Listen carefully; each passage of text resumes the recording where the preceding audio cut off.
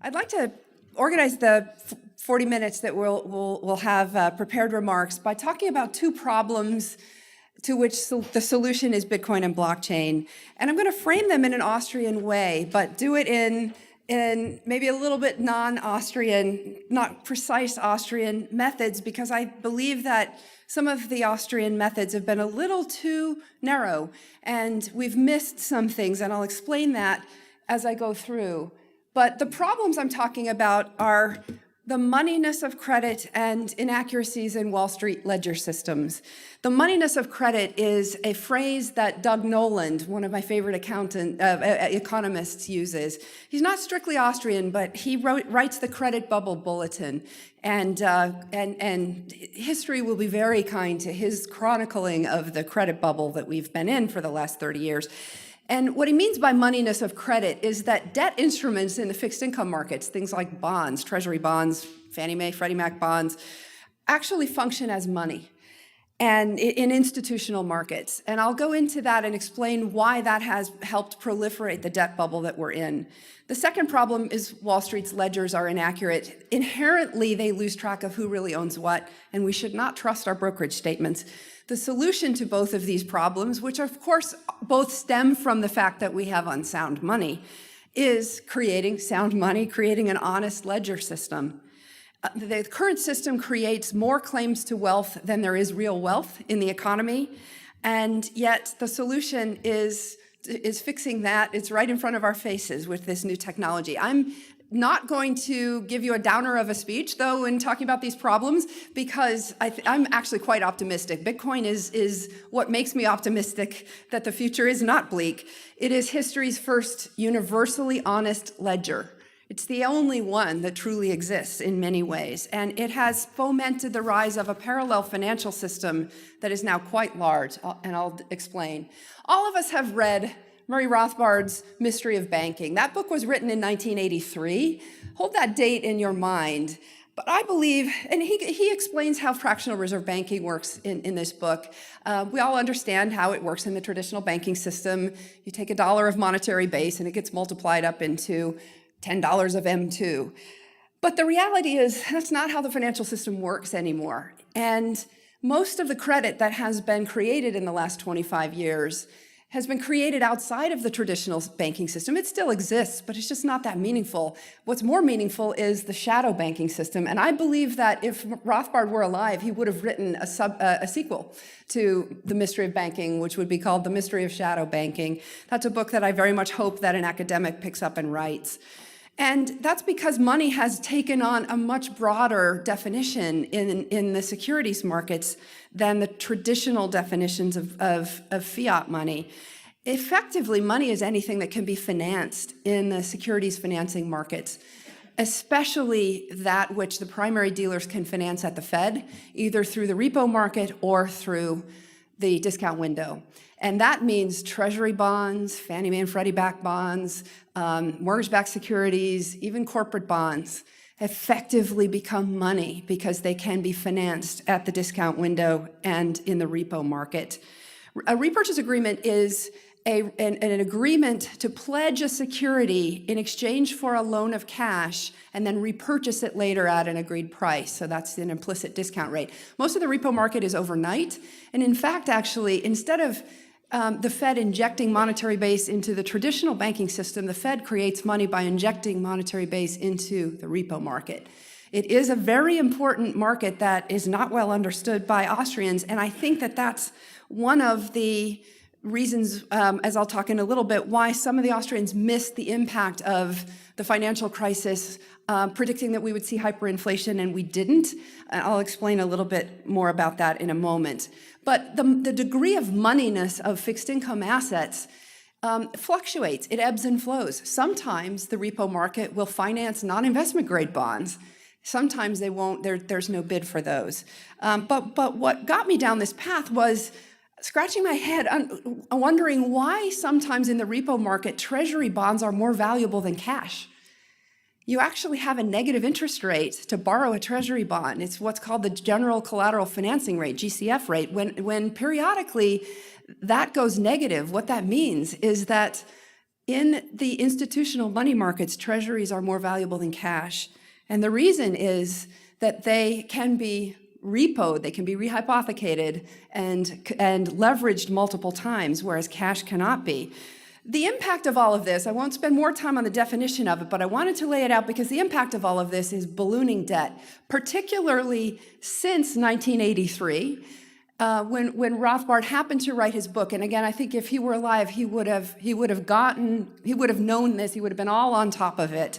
But let's dive into now some of the numbers, explaining why the moneyness of credit has resulted in this monstrosity that it's on the graph right here, which is non-financial sector debt. We're now in the United States at 72 trillion of non-financial sector debt. And as you see, there's been no deleveraging, has not actually declined. And I'm focusing on non-financial sector debt instead of total debt for one simple reason. The financial sector intermediates debt out into the real economy. And so if you look at total debt, where you count financial sector and non-financial sector debt, you're actually double counting. The real borrowers in the economy are, of course, outside of the financial sector, and that's why I focus on this. And it turns out this analysis, if you define money and credit more broadly and to include the entire fixed income market effectively, what you're picking up is some very interesting things about the economy. Of course, in this, you see that the federal government was the bulk of the increase in the borrowing, as well as the state and local governments and the Fed itself since the financial crisis.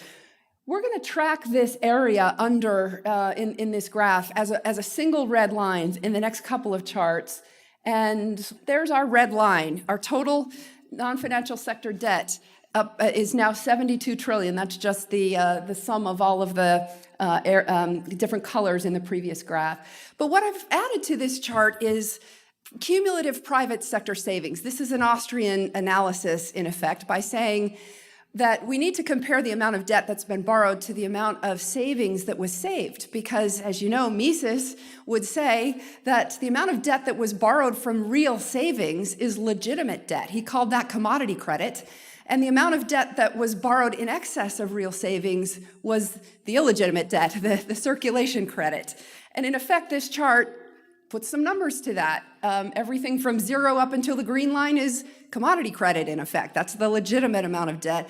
Everything between the green line and the red line is the circulation credit. And it turns out that, as you see, the red line is significantly above the green line.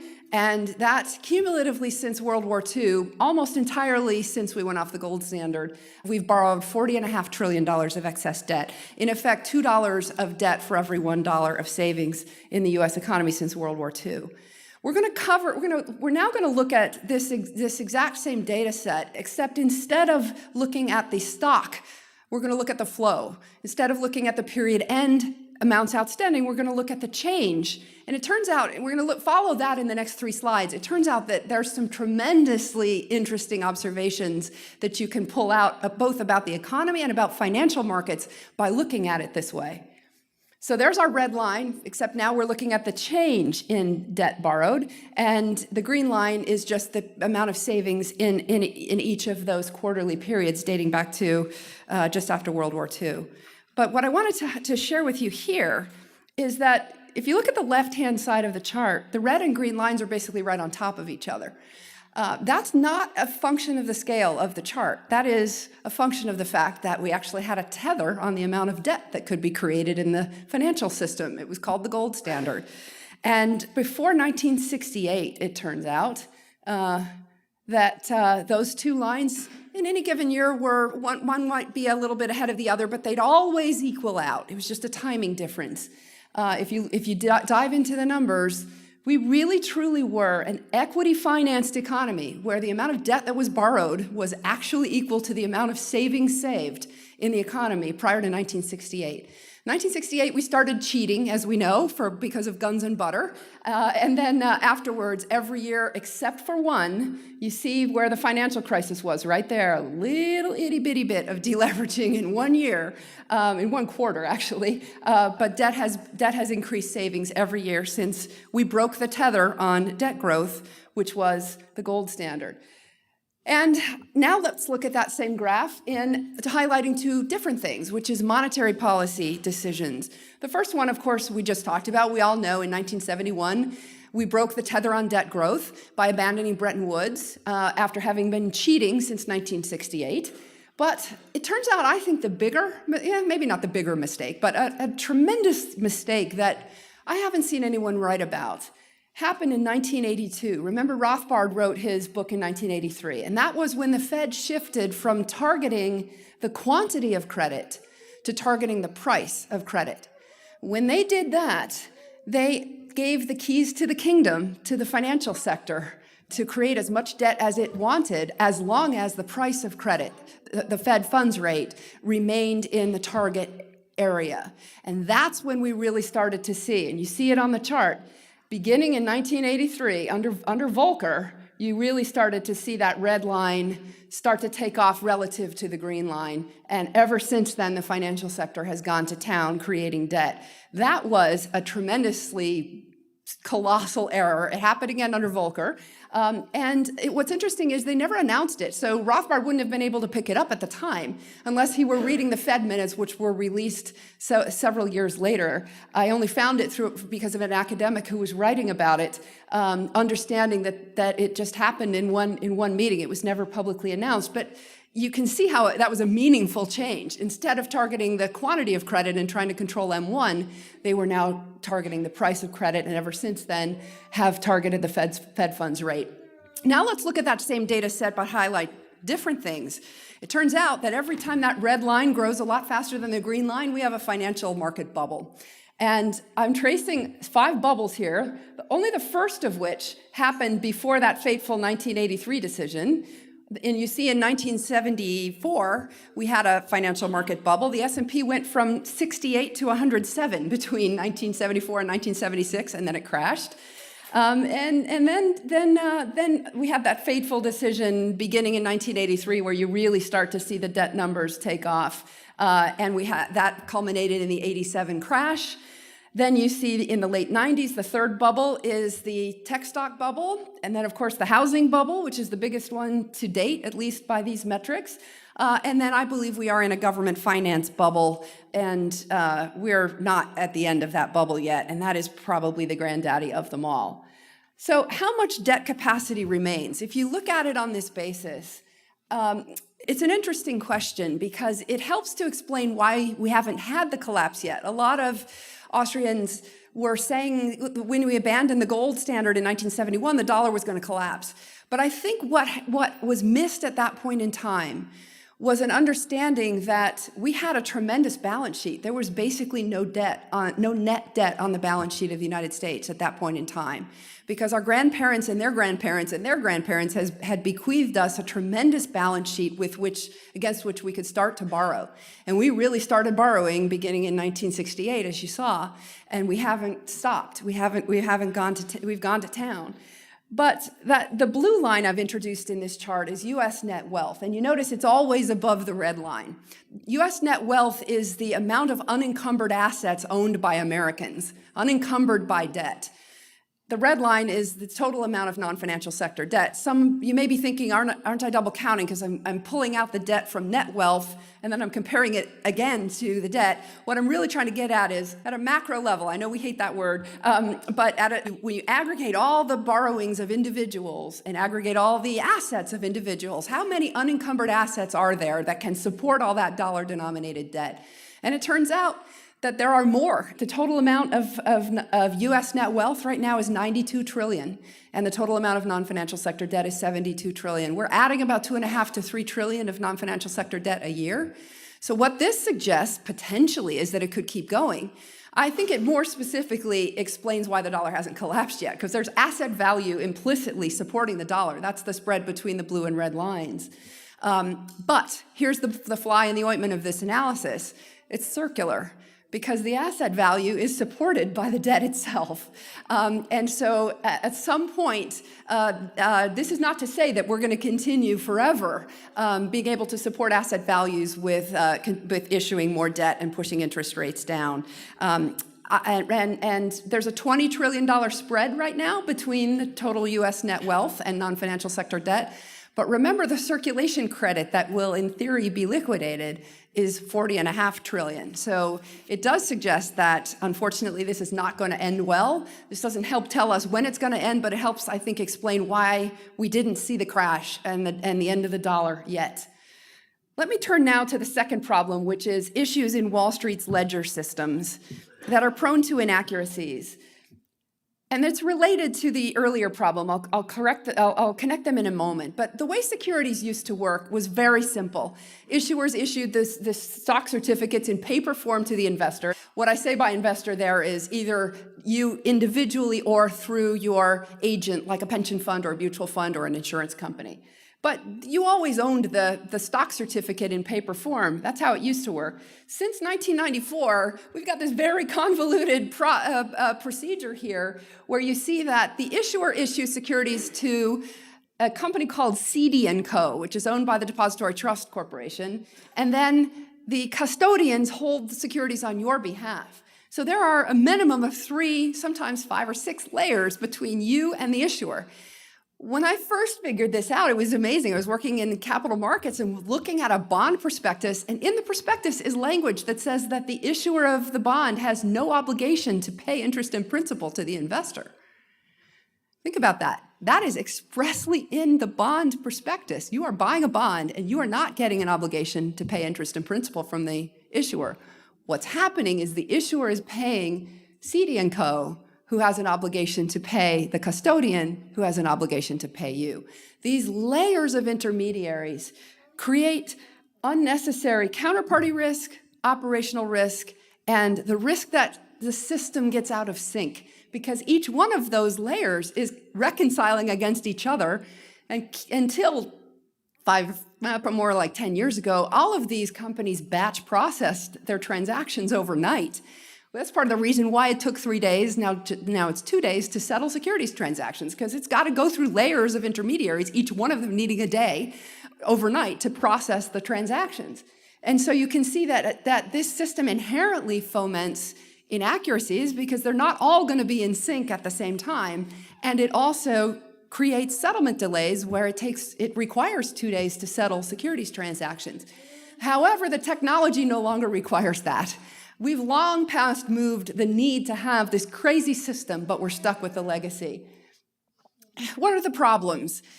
Some of you are probably skeptical and thinking, I trust my brokerage account. I trust my broker. I've never found a mistake.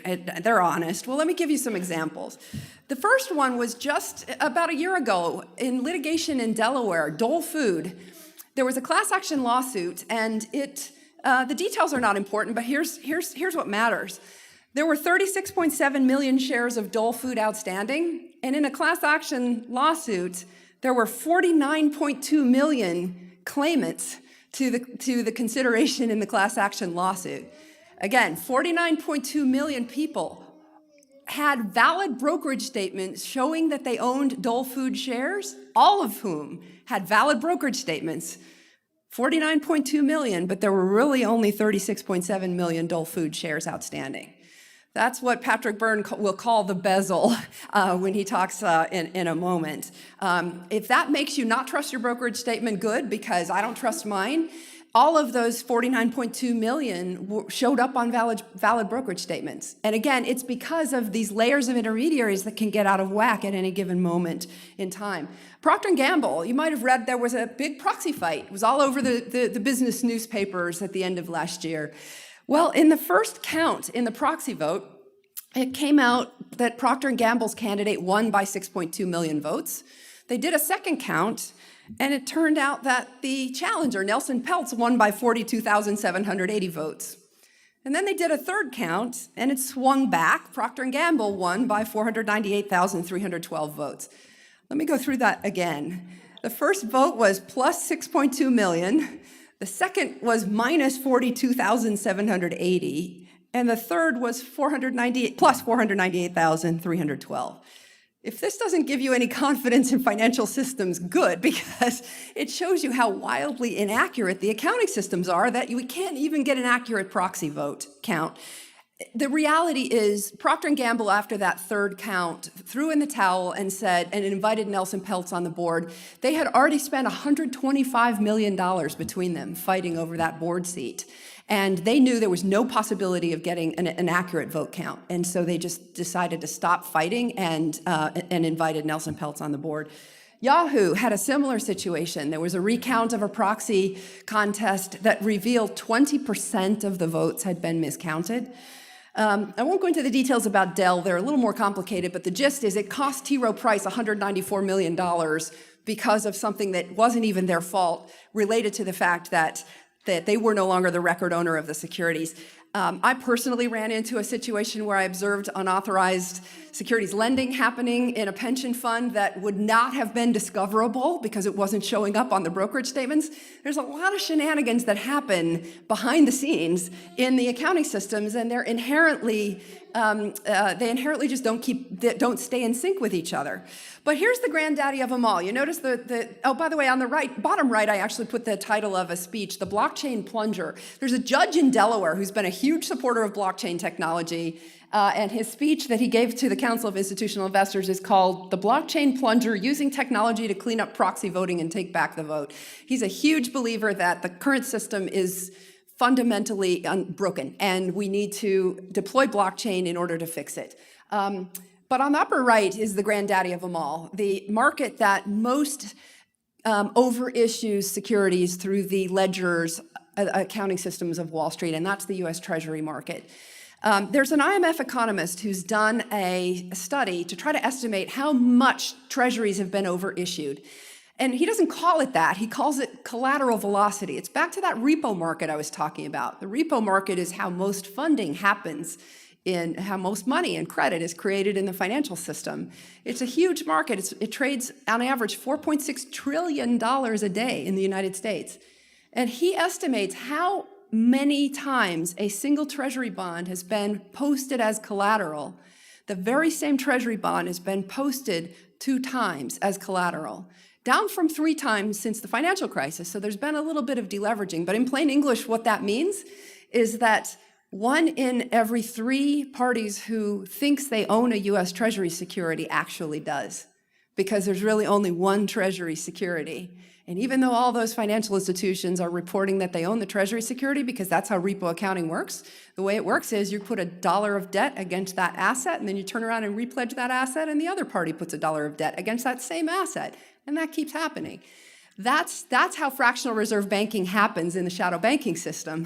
And it happens on a much larger base, because remember, money in the shadow banking system includes every treasury bond and Fannie Mae and Freddie Mac bonds too, whereas the Fed's balance sheet in the traditional banking system is a much smaller number. So what effectively he's saying, when you think about in the traditional banking system, M0 typically gets multiplied by 10 to become M2. Well, the M0 of the shadow banking system is a much larger base, and that gets multiplied by 2 to get a much bigger number. In effect, this is a money creation regime that we don't really understand, and it's very opaque. But this economist has done a tremendous amount of work identifying just how overissued government bonds, it's not just in the US, but all over the world is. So that ties back that moneyness of credit point to the fact that the accounting systems of Wall Street don't keep accurate track of who owns what. It's a game of musical chairs, and it's not going to end well. If I'd given this speech to you in 2014 or 2013, I would have ended here and it would have been a downer, because it would have made everybody feel really uncomfortable. But the good news is we have a solution, and that is history's first honest ledger. And that is a blockchain, a universally honest ledger. It is a ledger system that is governed by the laws of math, not the laws of man. And therefore, it can't be tampered with, because the laws of math are immutable, and there is no subjectivity in it. A blockchain allows multiple parties to see the same data at the same time and trust that it's valid. Again, a blockchain, in simple terms, allows multiple parties to see the same data at the same time and trust that it's valid. It is a new form of database technology that creates a single golden copy that all of the parties can share, shared infrastructure. That's why the banks are all interested in this. They all keep their own copies of ledgers and then reconcile against each other. Well, if there's a way that they can keep only one ledger and not have to reconcile, they can cut a lot of costs out. Maybe they can cut all the time to settlement of securities transactions and payments out too. Bitcoin was the first blockchain. It was created in October 2008 by Satoshi Nakamoto. We don't know who he, she, or they is or were, but what Satoshi did was create the first truly denationalized money that wasn't specie. It has a finite number. It will never have more than 21 million Bitcoins issued by algorithm that really can't be changed. I'll talk about that in a minute. But what Satoshi's breakthrough was he solved what's called the Byzantine generals problem, which is a computer science problem that computer scientists had been grappling with for almost 40 years, which is when information moves across time and space, how do you know that it hasn't been tampered with in between where it was sent and where it was received? They called it the Byzantine generals problem because in Byzantine times, the generals were sending messages back and forth to each other on the battlefield, information moving across time and space. How do you know that the information that was received is exactly the information that was sent? And Satoshi solved that by creating a brilliant system that is not just about technology. In fact, the brilliance of the system is that it's a combination of technology and game theory. And this is a very important thing to understand. It's built on both cryptography and incentives, economic incentives.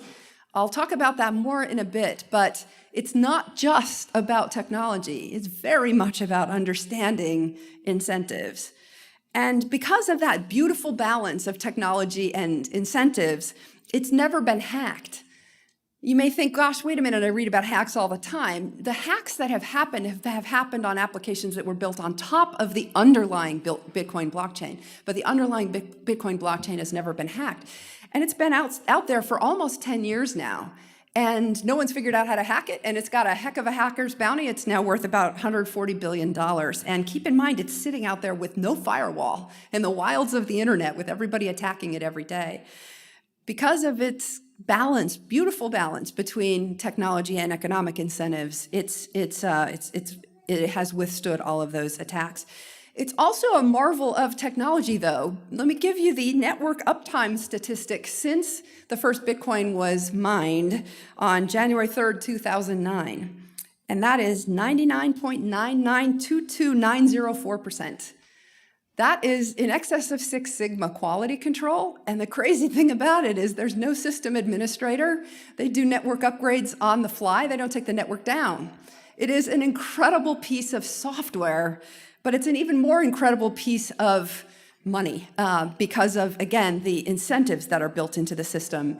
In general, the Bitcoin network has had everything go up and to the right in terms of the number of users, the number of wallets, the hash rate, which is the computer processing power supporting the network, and in general, the price. Obviously, it fluctuates wildly, but it is still in a bull market uptrend technically. And the things that have happened in this market are just crazy. Coinbase, which is the largest player in the market, was opening 100,000 accounts a day in November and December of last year. And that company's not even 5 years old, and it now has more customers than Schwab. So it's crazy what's happened in this sector. It does indicate, of course, a speculative frenzy, but it also indicates a desire for something other than a financial system that I think most people understand isn't fair and doesn't quite work the way we want it to. Let me talk about the two Austrian objections to Bitcoin. I put the regression theorem on this slide, but there's another one that's more general that I hear, and it's related, which is Bitcoin's not backed by anything. That's what Peter Schiff's big critique of Bitcoin is. But a lot of Austrian scholars critique it and stayed away from it because of thinking that it violated the regression theorem. And in fact, the answer to both of these critiques is the same, which is that Bitcoin is really a payment system inextricably intertwined with the token. It's not right to compare Bitcoin against the dollar or yen or euro. it's apples to compare Bitcoin against the dollar, yen, euro, et cetera, plus Visa and MasterCard and Fiserv and Fidelity National and all of the companies in the payments ecosystem that process and confirm transactions. And so what's backing Bitcoin? What's backing Bitcoin is that payment system. It's the service that people are willing to pay for in the form of, in the case of Bitcoin, being diluted by the inflation that happens as the miners are paid new Bitcoins as they mine, as they confirm transactions. That is what backs Bitcoin. There is a utility to it. There is a use value to it. It is the payment processing system. In fact, the US payment system, I looked it up, has a market value of $600 billion, and that's just the S&P payment sector. There are a lot of other technology companies that make the hardware in the payment system, like the ATMs and the point of system swipe machines for credit cards and the like, that are not included in that $600 billion number. So there's clearly value to payment systems. And what I think these critics are missing is that the value of Bitcoin is that the payment system is intertwined. You cannot separate it from the token. And indeed, that's how I would answer the critique of the regression theorem. The regression theorem says that the origin of money is that it was a commodity that became valuable in exchange. And we can trace money back to the actual commodity that was used in exchange in barter transactions, and that money's initial value must have use value. Well, in fact, actually, I would argue that Bitcoin's use value is that payment system. And in the beginning, Bitcoin didn't have value because it was just simply a unit of account in a ledger. But then people started using that ledger to confirm transactions and keep track of value. Once people started using that ledger, then Bitcoin started to have value. That is the utility. That is how we can trace that it spontaneously arose as a commodity. It had utility, and that's how I would answer that it doesn't violate the regression theorem. And hopefully walking through that made you think a little bit, if there are skeptics among us, which I'm sure there are. I'm actually in the process of doing some research, digging into valuing Bitcoin as if you were valuing it the same way you'd value Visa or MasterCard. Looking at all the cash flows in terms of transaction fees and that block reward that's thrown off of the Bitcoin network and valuing it, valuing those cash flows using a discounted cash flow model, just the way an equity research analyst would, or looking at the return on invested capital relative to the invested capital. Bitcoin has a much, much, much lower invested capital in confirming payments than the existing payment system does. Think about all the bricks and mortar in the existing payment system, all that hardware at every merchant that has a credit card machine, right? You don't need any of that in Bitcoin, none of it. So it's a very capital light technology, a payment system, and therefore the return on invested capital is going to be a lot higher. And so per transaction, the Bitcoin system, in theory, if you looked at it the way an equity analyst would, is worth a lot more, and so you'd pay a much higher multiple than you would for a Visa and MasterCard, which has to have all that bricks and mortar, all that hardware. I haven't done that analysis yet, so that's a theory. I'll report back at some point when I get that done. But I'm almost positive that that's going to justify Bitcoin's value in some zip code. Again, if the total payment system in the US is worth $600 billion, and Bitcoin, which is much more efficient, is worth $140 billion, that tells you it's actually not that far off, and that $600 billion payment system value, I think, is understated. And by the way, that's just the US as well. So more to come on that. I just have 2 more slides, but this one I need to spend some time on because there is a tour de force book. Some of you have probably read it, but as I've chit-chatted with folks, a lot of you didn't know this existed. It's been out for 3 weeks. It's called The Bitcoin Standard, and it's written by an Austrian. I've never met him.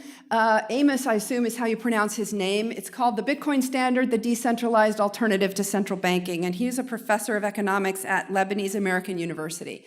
This should be in everyone's library, every Austrian's library.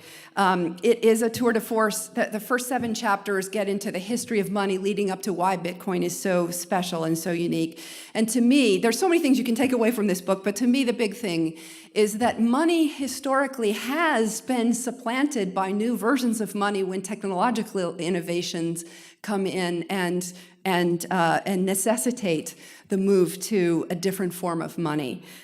He goes through the Ray stones in Yap Island. Some of you are probably very familiar with that, and how they suddenly ceased being money when somebody figured out a way to produce them. But the reason why they retained their value for so many years in that economy was because they had a high stock-to-flow ratio, stock-to-flow ratio, and were so expensive to produce, which is analogous to what Bitcoin is. I want to read a few quotes from his book, because I think they'll help you understand just how special the book is, but more importantly, how special Bitcoin is.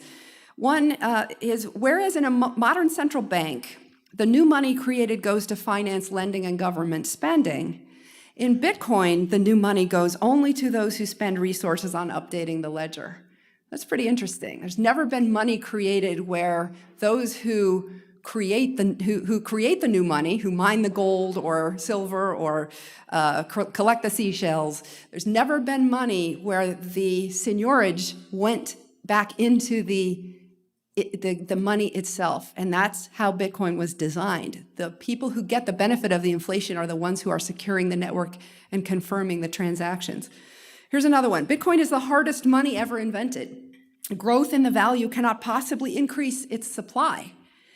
It can only make the network more secure and immune to attack. As more people come into Bitcoin, the incentive for more CPU, more computer power to process the transactions increases, because the miners can make more money, so you get more and more secure as more and more people come into Bitcoin. But that does not change the supply of Bitcoin.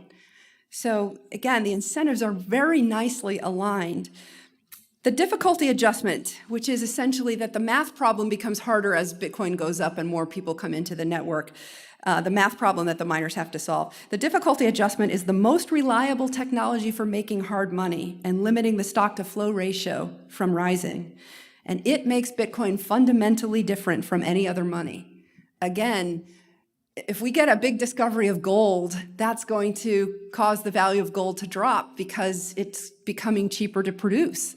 But in Bitcoin, if you get a big discovery, as in a whole bunch of people come into the network, Bitcoin becomes more expensive to produce. That's in part what keeps it so valuable. And there is no other money like it. Bitcoin and cryptography in general are defensive technologies that make the cost of defending property and information far lower than the cost of attacking them. That's an incredible statement, because it means that the cost of defending your property right is a lot cheaper than the cost of somebody trying to take it away from you. And again, that's the design of Bitcoin. I really hope you dig into this book. But the last chart, the last comment that I'll share is, I think, the most poignant, which is the Bitcoin ledger of transactions might just be the only objective set of facts in the world. And that is because of the verification methodology in Bitcoin. You've heard the phrase, lies, damn lies, and statistics, right? There is no such thing in Bitcoin, because everything on the Bitcoin network has been verified using math, and it's immutable, it cannot be changed. It is, folks, the first honest ledger in history, and that is why it's so powerful. Let me end by talking about how this sector has flourished. And Patrick Byrne, I'm sure, is going to pick this up in talking about something called utility tokens or securities tokens. Blockchain has now been used to effectively issue what are securities-like instruments, but they're not securities. They are something called utility tokens. They are issued and traded and settled on a blockchain, but they're redeemable for consumptive goods. So you can now download music on a blockchain called Ujo, or you can trade photographs on Kodak Coin's blockchain. Or airline miles, I suspect, will probably eventually be on blockchains, issued and traded on blockchains. And my native state of Wyoming, as Jeff said, did something really interesting. We passed 5 blockchain bills. I spent the entire month of February in Wyoming with this gentleman, Tyler Lindholm, He's my hero.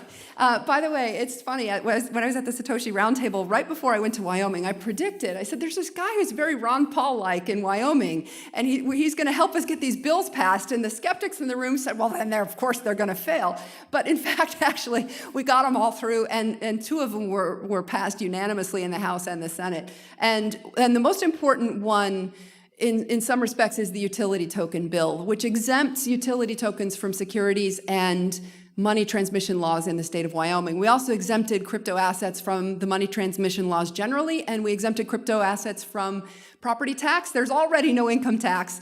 So we've made Wyoming this really, really interesting state from the perspective of the crypto industry. And by the way, Tyler got through a bill independent of this that recognizes specie as legal tender. We're going to be working on getting crypto assets recognized as legal tender in Wyoming next.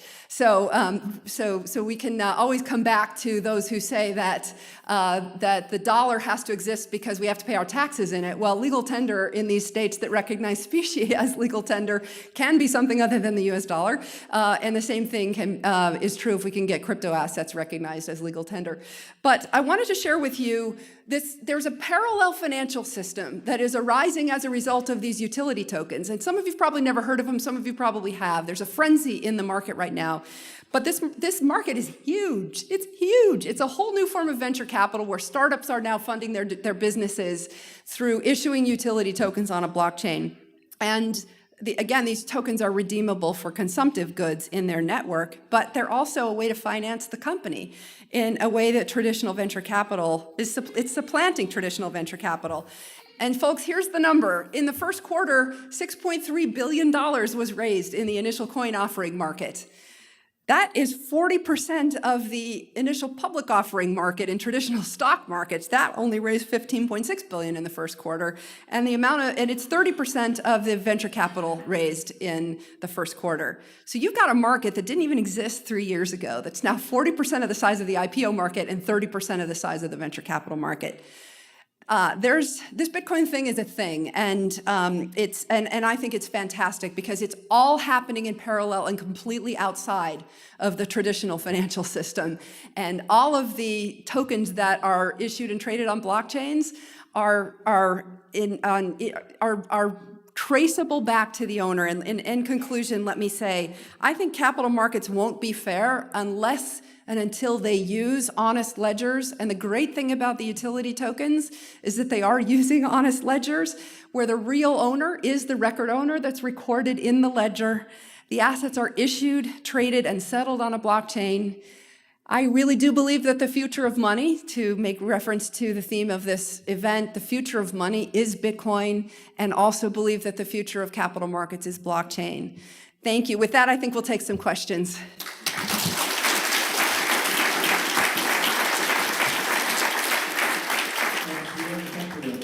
Throwbox microphones. Clay, are they back there? They're right here. You can throw it. It's soft-sided if you care to. So we're asking for to give a short, succinct question to Caitlin rather than a monologue or a soliloquy. So just to get us started, Caitlin, should I buy Dole pineapple? Well, Dole was acquired in a management buyout. It's actually now a private company, so technically I don't think you can buy securities in Dole right now. I'll find something else. Yeah, somehow. Yeah, and it's unfortunate. Recognize that what happened to Dole was not its fault. It was the accounting system of Wall Street, and it happened completely independent of Dole. So Dole's general counsel got stuck with this mess of them not knowing who owned their securities. It's kind of crazy. It's kind of, if you think about it, the most basic thing in capitalism is who owns the companies. And we've royally screwed up that accounting system on Wall Street, for sure. Yes? Hi, Caitlin. So my name's Brenda, and I'm a trader, and have a question for you. Yeah. What do you think about the feds creating their own tokens and their own block? Yes, FedCoin. Yes. Yes. I think it's coming, but ironically, the Fed is way behind. Maybe you can say that's good, but the People's Bank of China, the Bank of Canada, and the Bank of England are way ahead. And I think they'll be the first ones that issue fiat money on a blockchain. That's not really going to be on a blockchain because, of course, there's a central counterparty. So it's not a true blockchain because they're going to be controlling the value of it, but at least you'll have, what that would do is pull the banking system out of the process of money creation and essentially just have it all done at the central bank, so it will be a lot more transparent. We all know the drawbacks of fiat money, but having more transparency in actually looking at all of those transactions happening in a transparent blockchain coming in and out of a central bank would be an improvement over what it is today. And it would take a lot of that intermediary counterparty risk and settlement delay. I wouldn't be shocked if central banks go there first. But by the same token, the speed with which things are moving in this blockchain industry is staggering. And the governments can't shut it down. They'd have to shut down the entire internet. And the core developers of the Bitcoin blockchain have made sure that even if they shut down the internet, the Bitcoin blockchain will keep going. You know how they did it? They sent up satellites. So they're outside of the traditional ISP infrastructure. These guys, the cypherpunks are hardcore Mises Institute supporter types. They've thought of everything, right? And Godspeed, because the Bitcoin blockchain cannot be shut down.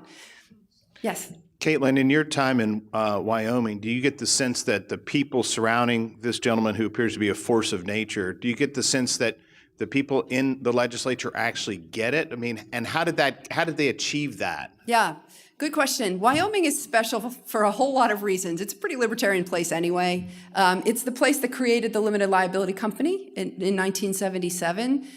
So it's actually the place where it's third behind Delaware and Nevada for new business registrations anyway. So it already had that franchise.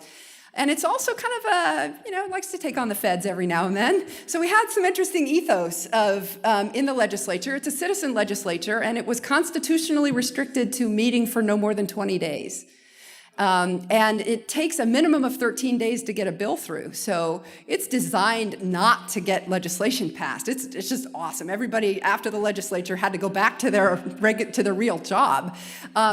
And so how many people understood it? A lot of folks didn't understand the depth of it, but what they did understand was that there is something special here, and they're looking to diversify Wyoming's economy. It cost them nothing to pass these bills. We didn't ask for anything from the state. We just asked for enabling legislation that would allow software companies to come in. Once you made the pitch on that basis, it was very easy to get this through. And it's also interesting, a lot of the ranchers have now picked up blockchain technology. Wyoming, it's the least populous state, and it has something like 5 times the number of cattle as people in the state. So the ranching industry is a big industry. And one of the big senators who was a big supporter just tagged all his calves with RFID chips so that he can verify the provenance of the Wyoming beef. That's important because there are not FDA-approved slaughterhouses in Wyoming, and so the cattle go outside of the state and they get mixed in with cattle in other states, so any sort of branding of Wyoming beef is impossible. But there are places in the world, like we think of Kobe beef as a premium beef. Taiwan loves Wyoming beef, and it's really hard to get the beef to Taiwan because it gets mixed up with other cattle. So there's a real problem to which having a blockchain, which would allow people to track the provenance of those calves, is a solution. It doesn't require a utility token, but what it did was these ranchers would never have understood that as a solution to their problem until we came in and got these blockchain bills passed, and now that there are so many ranchers trying to get in to this pilot project. It's just awesome what's happened. So the state's really behind it, it's a special place. Interestingly, it's also a place that respects privacy. When you register a Wyoming LLC, you just have to give the name and address of the primary member. You don't have to disclose everybody else who's invested in it. And of course, because there's no income tax, the state doesn't collect any information about the revenues of the LLC as well. So you can kind of see how the ethos matches with the ethos of privacy and self-sovereignty in the crypto market. It's really interesting. Where'd the blue box go? Yes. Yeah, here we are. I have one question, which this relates to Australia and the electrical demands of Bitcoin. Yeah. The fact that they actually had to turn on an extra power plant in order to meet the electrical demands. And so if we're at a very nascent point in the development of this technology, and given how tapped out our electrical resources are now already, this is, I think, a question I would like perhaps to be addressed.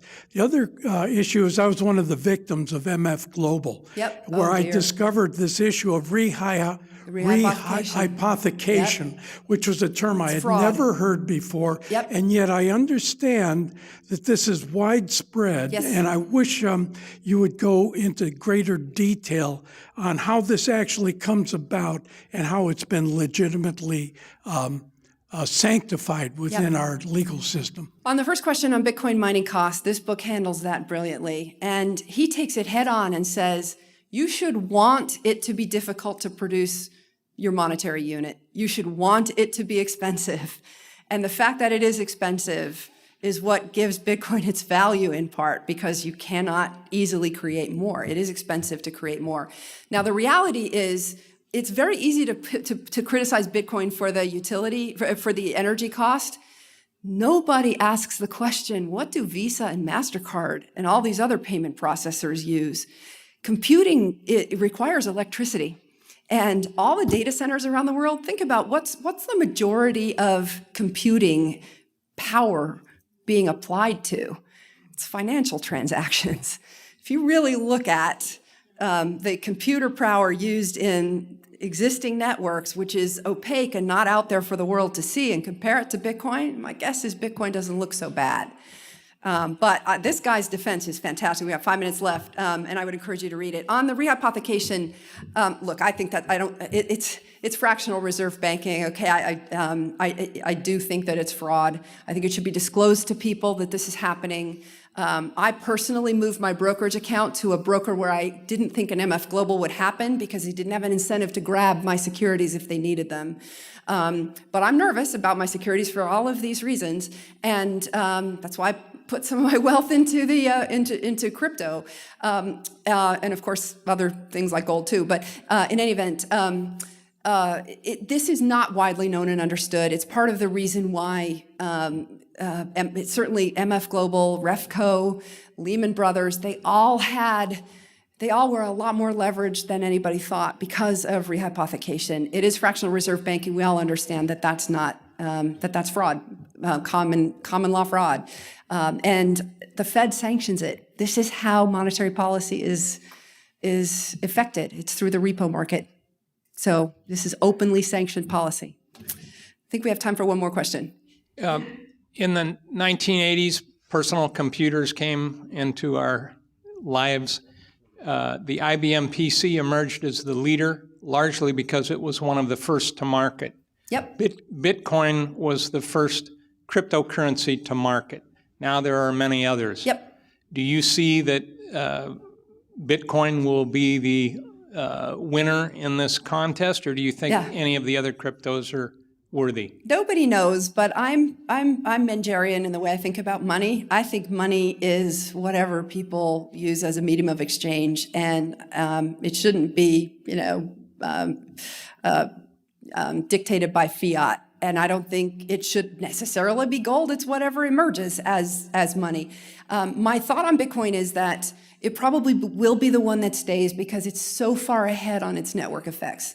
There are superior technologies out there that have been built on this solution to the Byzantine generals problem, but Bitcoin has a huge head start on all of them. And the other thing that Bitcoin can do is they can adopt the architectural changes, the improvements in technology, if they work. So the way I think about, Litecoin and Monero and some of these other cryptocurrencies that are out there that have gotten some traction, but they're a lot earlier in the adoption phase than Bitcoin. They may supplant Bitcoin, but I think they probably won't, because if those technologies work, the Bitcoin core developers will adopt them into Bitcoin. So in 20 years, Bitcoin won't be what it looks like today. Most of the lines of code that Satoshi wrote have been rewritten. It's going to be rewritten again and again and again in 20 years. It won't look like it, but it will still be called Bitcoin, and it'll just evolve with new technologies. One of the questions earlier I didn't answer very well was implicit was the scaling question and using all of the power. What's happening now is there's something called Lightning Network, which was adopted by Litecoin first. So again, the laboratory where the Bitcoin developers could look at it and say, yeah, this actually is something that will help us scale, where essentially they're creating digital escrow. So you're not actually trading the Bitcoins on the blockchain, but you're actually validating that they haven't been spent yet using the blockchain. And so that can allow us to have a lot of small value transactions using your Bitcoin on your phone to buy a cup of coffee. If you don't want to use the main chain for that, you can use what's called the Lightning Network and have second layer transactions in small value, and then those are all netted when you close the escrow and reported to the main blockchain. So that's one of the ways I think it will scale. Maybe do we have time for one more question? Yeah. Yes, ma'am. Thank you. Can you hear me? Yes. Okay, good. Fascinating. Thank you very much. The one question I have is, do you see, and I guess if you just read the Wall Street Journal, generally you can gauge financial acceptance at large financial institutions to a certain degree, evidently because it is a phenomenon they can't stop. Yep. At the same time, because of largely, you've just shown us the massive interest that the financial institutions have in maintaining the system the way it is. Do you see major pushback from the effort? And the grand concern that I typically have, and I think we all have in this room as being Austrians, is some knucklehead at an institutional level will try to usurp and command and control the system itself. Yeah. Technologically, thoughts? they can't. Okay. They can't.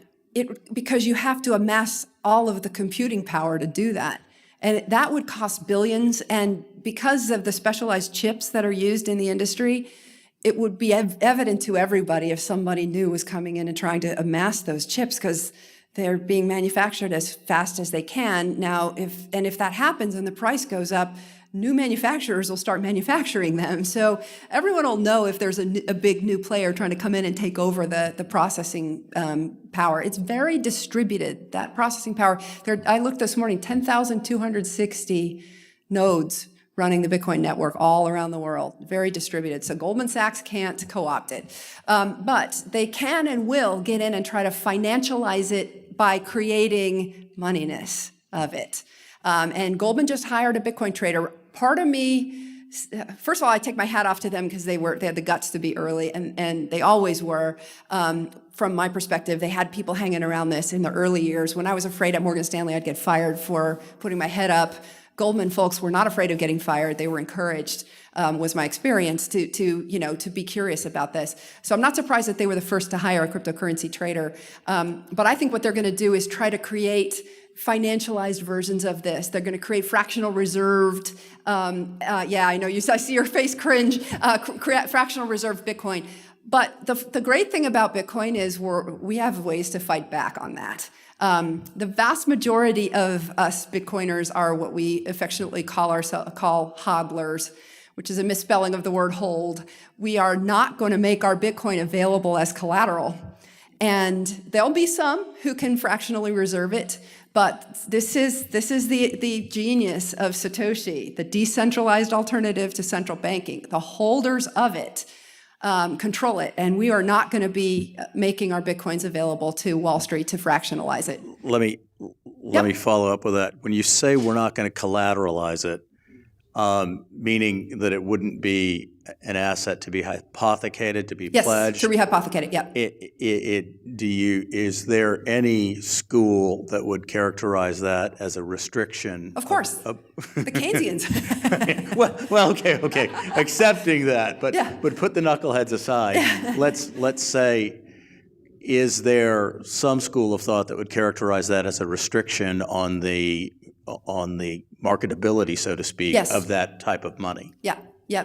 And there will be some percentage of these coins that folks will make available for rehypothecation. It's not everybody who holds it that has the cypherpunk mentality, but the vast majority of Bitcoins are held by people who have that mentality. And so they're literally in cold storage. I'm never giving mine up to use as securities lending. And unlike in the REFCO situation or MF Global, nobody's going to be able to grab those, because if you custody your own private keys, you own your Bitcoin.